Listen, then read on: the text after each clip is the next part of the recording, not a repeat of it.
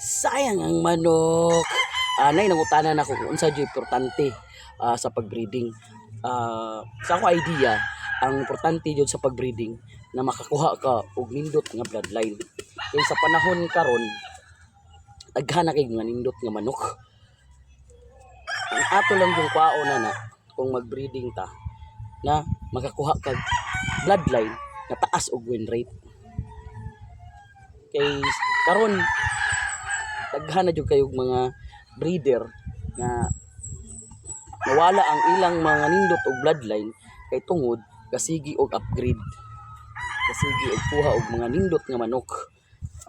Mao gyud ako nabantayan nga kanang sa sige na to panguha og mga materyales nga katong mga karaan na to nga mga bloodline nga nang lusot o taas og win rate. Nakalimtan na nato kay tungod si kag-upgrade og mga nindot og mga gwapo kayo nga mga manok. Ang maor gini importante ang pagbreeding dugay, hasol, kapoy, basta natanan ng pagbreeding. Ang ato lang yung timan-an nga usa ra tong pangayoon kanang naatay signature nga bloodline nga kaya nato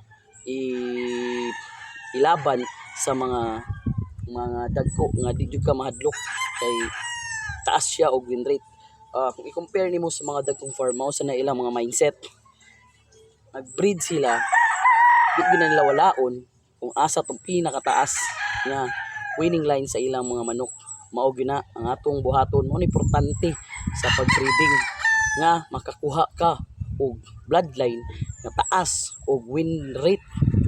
Kay lisod kay breeding, lisod kay kuha og bloodline nga makapasikat nimo, makapalig-on sa imong mga manok. Usa kamo mga bag-o nga breeder, kita mga bag-o nga breeder, kung mag-breed magita naam gitaas nga win rate sa inyong mga manok, ayaw ninyo wala.